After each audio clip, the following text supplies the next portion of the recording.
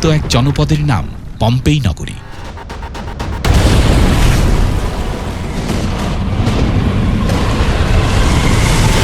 সেখানে কেন আল্লাহর গজব নেমে এসেছিল জেনে নিন লোমহর্ষক সেই কাহিনী। স্বাগত জানাচ্ছি জ্ঞানের আলো প্ল্যাটফর্মে। আজ আমরা আপনাদের সামনে তুলে ধরতে চলেছি এক অভিশপ্ত জনপদের লোমহর্ষক ইতিহাস। পম্পেই নগরী এক সমৃদ্ধ শহর যা আল্লাহর গজবের শিকার হয়ে ধ্বংস হয়ে গিয়েছিল মুহূর্তের মধ্যেই। কি ছিল পম্পেই নগরীর সেই ভয়াবহ পরিণতির কারণ? কিভাবে এই নগরবাসী আল্লাহর বিধান লঙ্ঘন করে নিজ হাতে নিজের ধ্বংস ডেকে এনেছিল?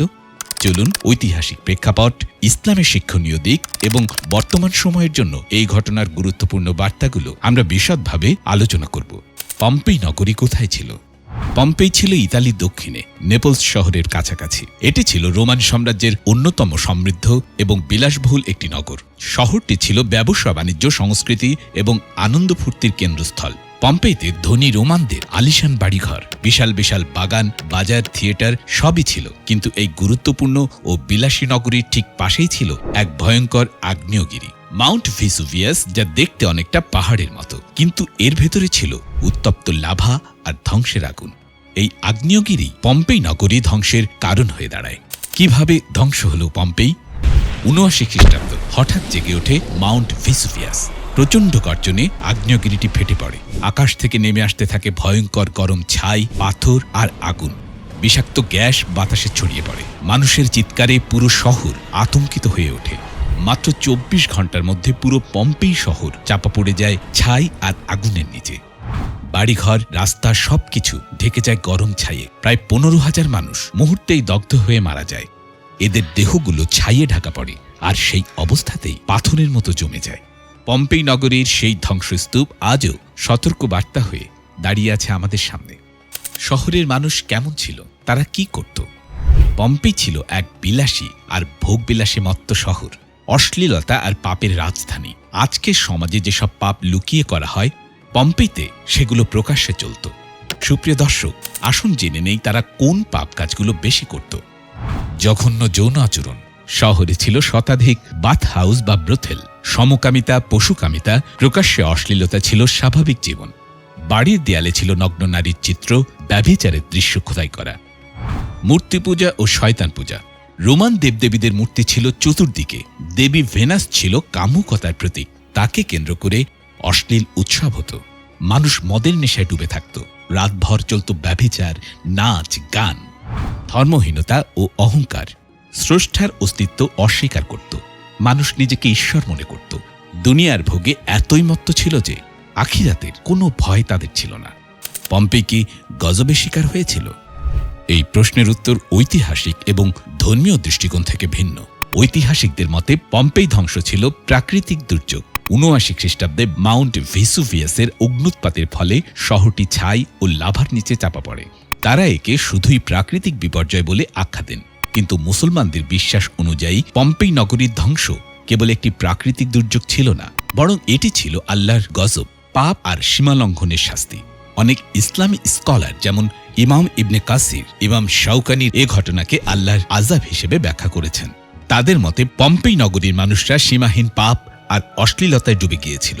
তারা আল্লাহর আদেশ নিষেধকে উপেক্ষা করে মূর্তি পূজা, ব্যভিচার, সমকামিতা, পশুকামিতা সবই প্রকাশ্যে করত।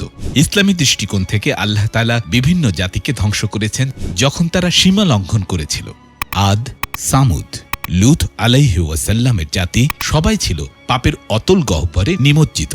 পম্পেই নগরীর ধ্বংস ঠিক সেই জাতির মতোই এটি ভয়ঙ্কর শিক্ষা।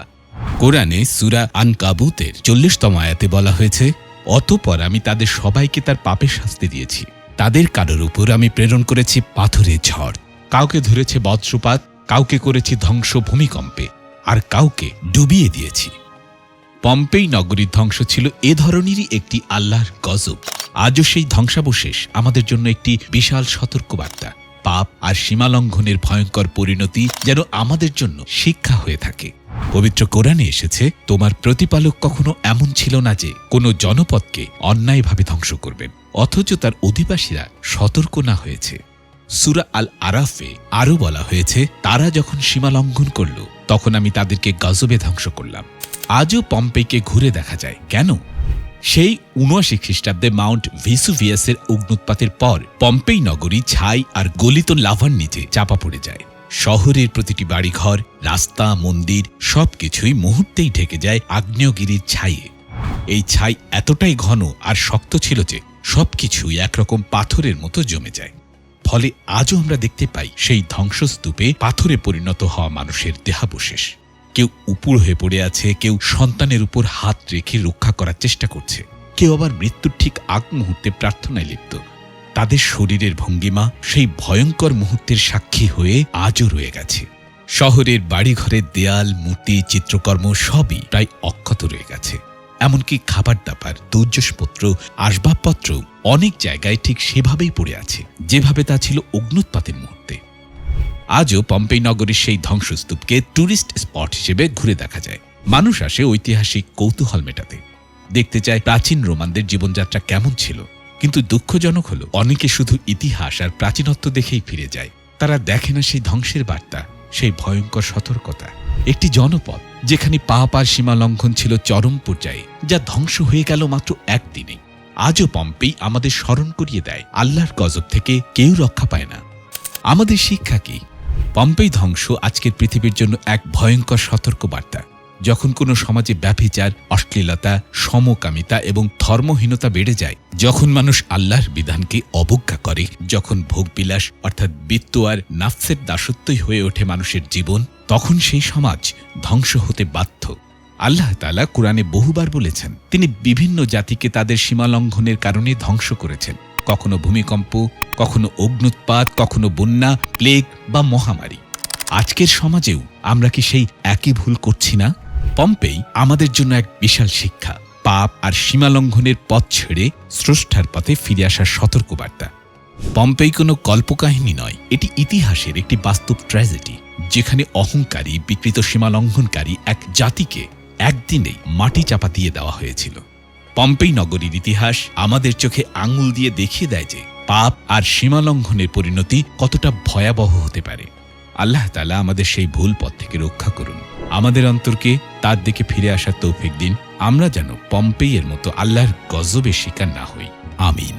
জ্ঞান ও শিক্ষা অর্জনের জন্য আমাদের সঙ্গেই থাকুন। এরকম আরও শিক্ষণীয় ভিডিও পেতে আমাদের চ্যানেলটি সাবস্ক্রাইব করুন।